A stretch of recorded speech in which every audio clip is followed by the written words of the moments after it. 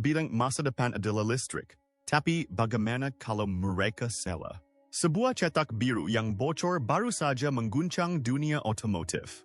BYD, raksasa listrik Tiongkok, diam-diam telah membangun mesin yang tidak menggunakan litium, tidak perlu dicolokkan ke pengisi daya, dan tidak membakar setetes pun bahan bakar. Mobil ini menggunakan air suling, cair, dan air. Dan menurut salah satu orang dalam BYD, Mesin ini membuat seluruh jajaran kendaraan listrik kami usang dalam waktu 3 tahun. Ini bukan rumor yang mengada-ada. Ini adalah mesin hydrocore, sistem penggerak rahasia yang menggunakan uap air super panas untuk menghasilkan hidrogen instan di dalam ruang mesin, tanpa menggunakan baterai, logam tanah jarang, dan infrastruktur pengisian daya sama sekali. Hanya beberapa jam setelah kebocoran terjadi, lebih dari 2.7 miliar investasi kendaraan listrik lenyap. Rantai pasokan Tesla sedang berguncang. Citra satelit menunjukkan BYD telah membangun mega pabrik hidrogen rahasia di Gurun Gobi dengan pengamanan ketat militer.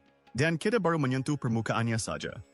Kalau kamu siap untuk kisah nyata yang tidak diberitakan media, tekan tombol suka, berlangganan,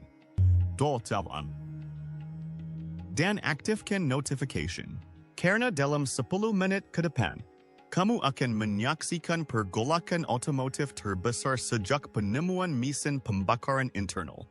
Kita mulai. Industri otomotif pernah menghadapi disrupsi sebelumnya. Fiat apa tidak seperti ini. Bukan dengan sesuatu yang begitu primitif, namun begitu dahsyat. Itu bukan siaran pers, bukan pula pidato utama, melainkan hanya cetak biru beresolusi rendah yang diunggah ke sebuah forum teknologi yang kurang dikenal pukul 2.43 waktu Beijing. 10 menit kemudian, benda itu menghilang. Namun, sebelum itu, benda itu menyebar dengan cepat melalui kanal-kanal Telegram terenkripsi, subreddit teknik, dan obrolan grup investor. Apa yang ditunjukkannya ternyata bukan baterai biasa. Kelihatannya seperti pipa uap, tabung, katap, dan inti pembakaran. Dan di atasnya, ada label, BYD Hydrocore Engine V1, 3. Hanya untuk penggunaan internal. Tanpa lithium, cobalt, phos, dan port pengisian daya. Hanya air. Hanya itu yang dibutuhkan. Lembar spesifikasi mengklaim jarak tempuh 1.100 km per isi ulang. Itu bukan salah ketik. 1.100 km. Dengan uap air, cairan yang sama keluar dari tekote Anda, tanpa kolokan, tanpa supercharger, tanpa perlubir henti. Sebuah memo internal BYD bocor beberapa jam kemudian, diikut dengan label urgency merah. Bahasanya blak-blakan, memproyeksikan kanibalisasi platform EV yang ada. Dia dengan perkiraan masa usang 3 tahun. Singkatnya, BYD baru saja membangun sesuatu yang dapat menghancurkan kerajaannya sendiri dan semua merek kendaraan listrik lainnya. Menjelang fajar, dampaknya mulai terasa. ETF yang didominasi kendaraan listrik anjlok. Nilainya merosot lebih dari 2.7 miliar dalam waktu kurang dari 48 jam. Para hedge fund berlomba-lomba menjual posisi mereka di pasar lithium. Para analis otomotif membeku tak mampu menjelaskan apa yang sedang terjadi. Dan di Tiongkok, 3 artikel berita utama yang diterbitkan oleh media pemerintah ditarik dalam waktu 1 jam. Tangkapan layar menunjukkan bahwa mereka membahas sistem propulsi uap hidrogen yang dikembangkan oleh BYD. Beberapa jam kemudian, versi revisi muncul kembali dengan bahasa yang disensor dan referensi teknis yang samar. Namun, semuanya sudah terlambat. Ceritanya sudah bocor, dan inilah rayutannya. Ini bukan keajaiban yang datang begitu saja. Mobil ini didasarkan pada ilmu pengetahuan yang selama ini coba dikubur dunia. Pada tahun 1980-an, Stanley Meyer meluncurkan apa yang disebutnya mobil bertenaga air. Ia mengklaim mobil itu dapat melaju dari Los Angeles ke New York hanya dengan 22 galon air. Pengajuan paten, wawancara media, demonstrasi, lalu siat meninggal. Pingsan saat makan malam. Saudaranya menyebutnya keracunan. Investigasi membuahkan hasil. Labnya dikosongkan. Cetak birunya lenyap. Kebanyakan orang menganggapnya hoax. Namun, beberapa berbisik bahwa ia telah dibungkam. Kini, BYD menghidupkan kembali kisah hantu itu. Tapi, ini bukan sains sederhana. Ini rekayasa tingkat kedirgantaran. Apa yang mereka kembangkan bukan sekadar tenaga hidrogen. Konversi hidrogen instan, tanpa sel bahan bakar, charge tanpa tangki berbahaya. Mesin mereka menggunakan elektrolisis superpanas untuk memecah air suling menjadi hidrogen dan oksigen di dalam blok mesin. Hanya beberapa milidetik sebelum pembakaran.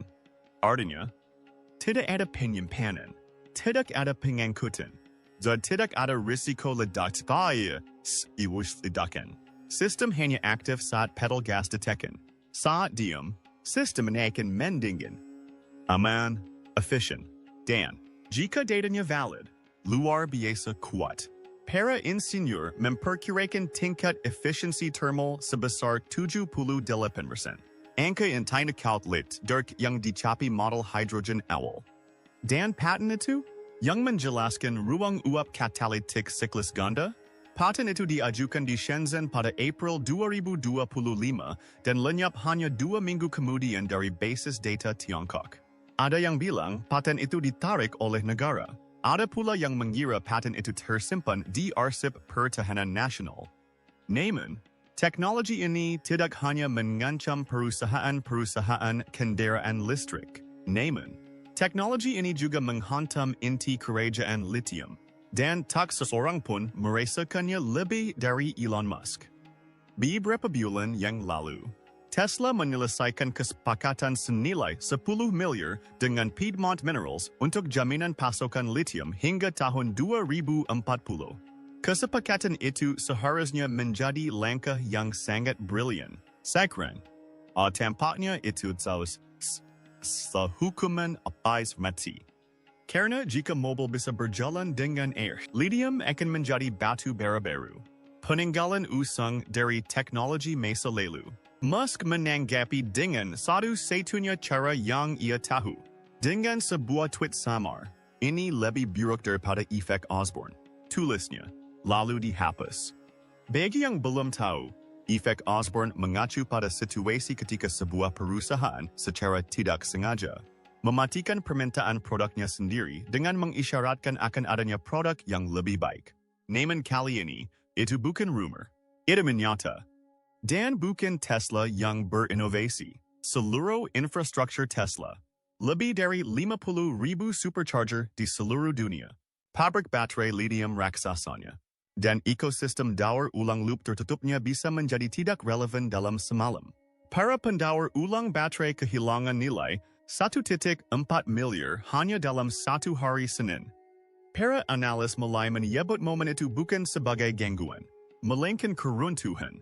Gempa hydro, namun, bukti nyata bahwa ini bukan sekadar sensasi datang dari luar angkasa. Citra satelit dari fasilitas BYD yang sebelumnya tidak dilaporkan di Tiongkok Barat menunjukkan kompleks industri yang luas, dikelilingi pagar, mengenai pengawas, dan pengawasan ketat. Namun, itu yang membuatnya. Tidak ada unit penyimpanan baterai, tidak ada panel surya.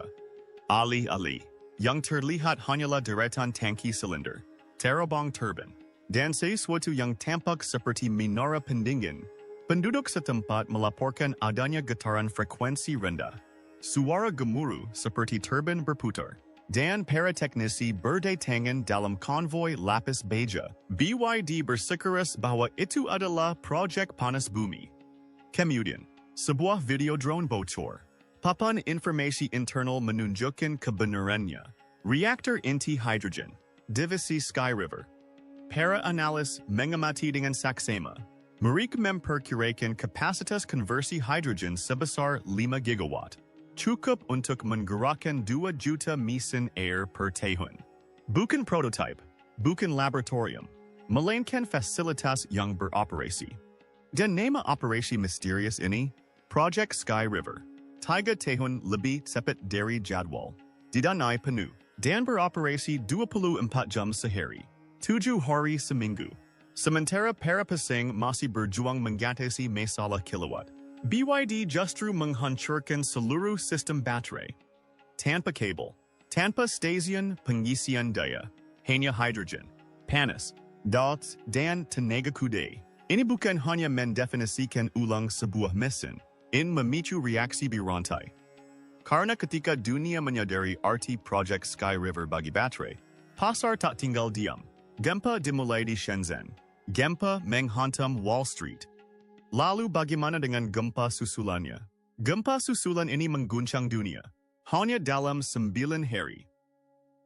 Harga spot litium anjlok hingga 34%. Penurunan tertajam sejak kekacauan tahun 2020. Hanya saja kali ini, kepanikannya bukan karena virus, melainkan kepunahan industri, tambang litium Australia, tulang punggung rantai pasokan baterai, menggeram.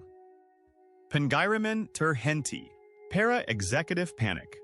Seorang sumber internal Pilbara Minerals mengakui di siaran langsung TV, ini lebih buruk daripada COVID bagi kami.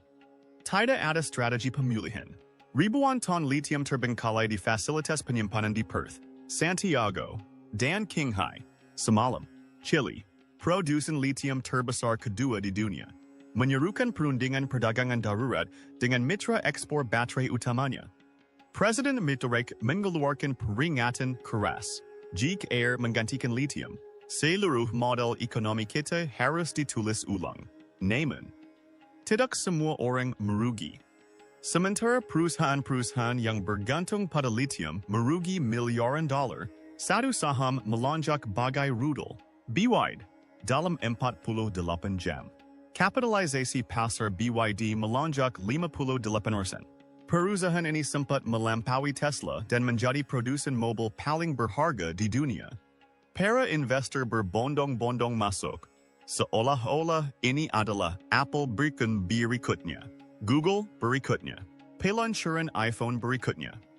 Tetapi lebih besar, karena hanya mobil yang lebih baik. Tapi juga bahan bakar yang lebih baik. Elemen baru dalam persaingan kekuatan global.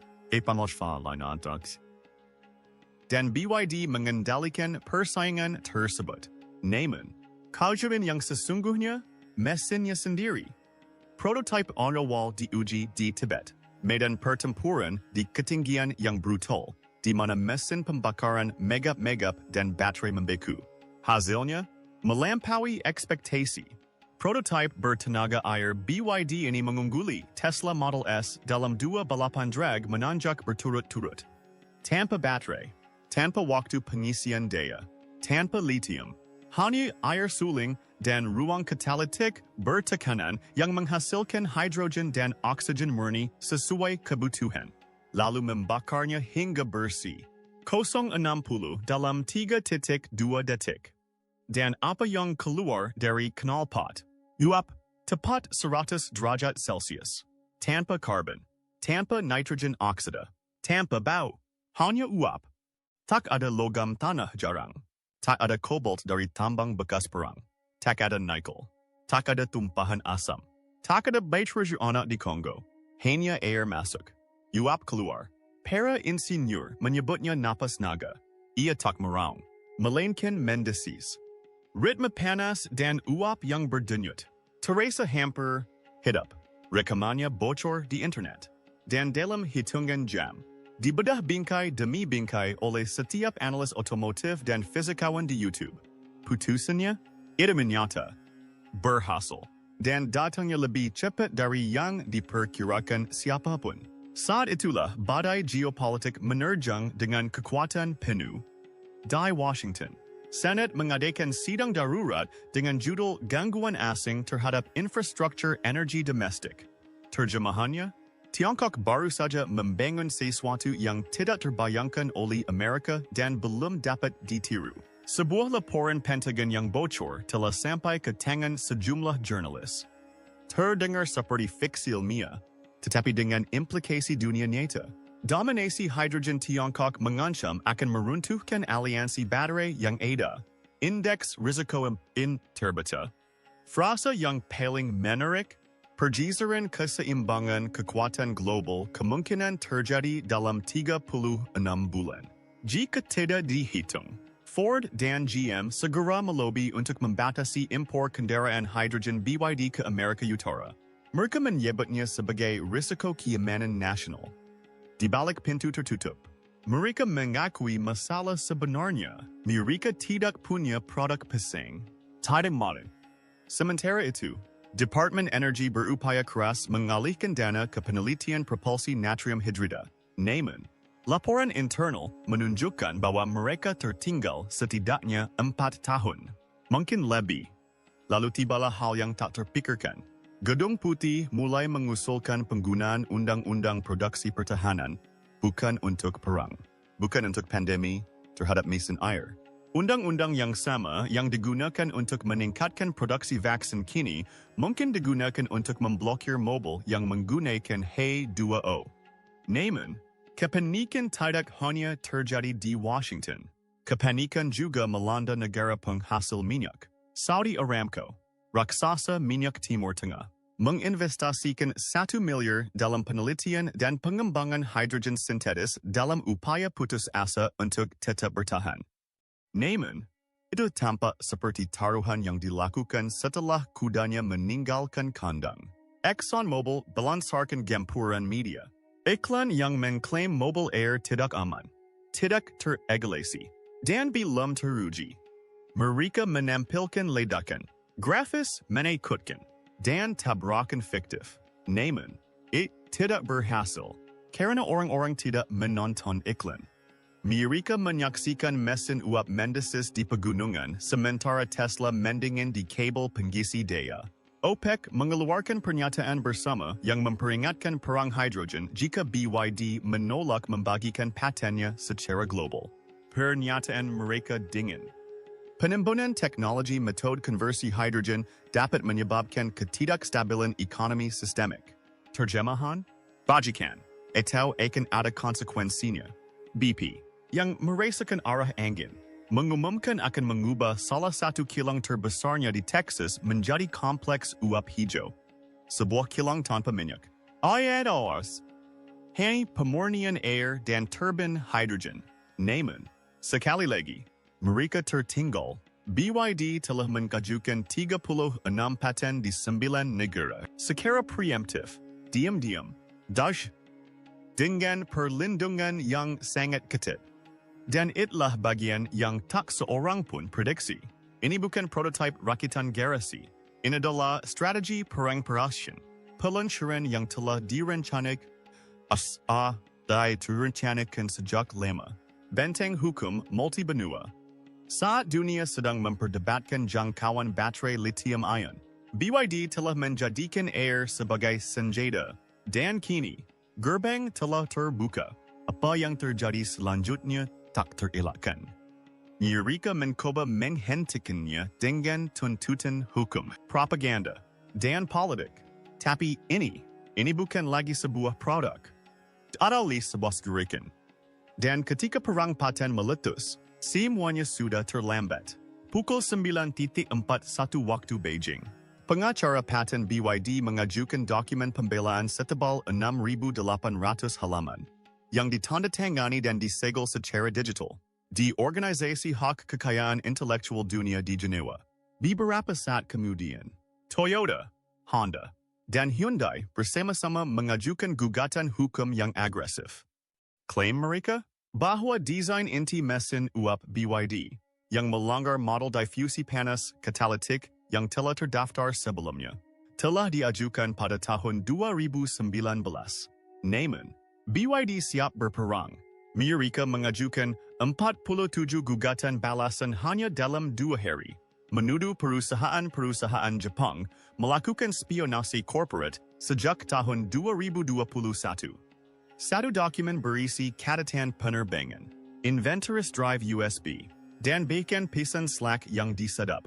Menurut tim hukum BYD, yang terjadi mantan operator IP Huawei, Jepang tidak hanya menyalin cetak biru. Mereka juga mencoba mereplikasi struktur kisi atom yang sama persis dengan katalis hidrogen ki uap milik BYD. WIPO bergegas merespons. Pertengahan minggu lalu, media menyebutnya CRISPR energi bersih. Kebuntuan paten terbesar abad ini. Namun kali ini, bukan soal gen. Ini tentang supremasi energi. Seorang sumber internal memperingatkan. Ini bukan hanya tentang siapa yang memiliki motor. Ini tentang siapa yang memiliki abad ke-21. Lalu, jumlahnya menurun drastis. Model produksi BYD dengan nama kode H9V Draco memasuki uji coba armada terbatas. Temuan para insinyur ini mengalahkan semua tolok ukur EV yang pernah tercatat. Biaya produksi mesin Draco 40, 8% lebih rendah daripada drivetrain EV lithium rata-rata. Dan performanya tak hanya menyamai, tetapi daya juga melampauinya. Rata-rata. Prototipe ini menempuh jarak 800.000 km hanya dengan pengisian air dan penggantian filter udara berkala, tanpa pembilasan cairan pendingin, tanpa penggantian oli, tanpa penurunan daya baterai. Dan ini bukan sekadar teori. BYD diam-diam menandatangani perjanjian dengan 28 negara untuk memulai distribusi massal pada kuartal pertama 2026. Brazil, Afrika Selatan, Uni Emirat Arab, Indonesia, dan Italia. Semuanya menandatangani dalam waktu 3 minggu. Proyeksi internal BYD memperkirakan 15 juta unit terjual pada tahun 2028. Hampir 2 kali lipat angka pengiriman global Tesla pada tahun 2024. Dan setiap unit akan menghemat biaya perawatan dan pengisian bahan bakar konsumen hingga 3.000 per tahun. Para investor, mereka menjadi liar. Lalu, sesuatu yang tak terjelaskan oleh spreadsheet pun terjadi. Sesuatu yang tidak diprediksi para analis. Iman. Di pedesaan India, seorang pendeta menyebutnya dorongan ilahi. Di Kenya, anak-anak sekolah berdoa di sekitar logo BYD seolah-olah itu adalah relik suci. Di Alabama, seorang pendeta yang viral mengangkat sebotol air murni dan berseru, Tuhan telah menjadikan bahan bakar itu gratis.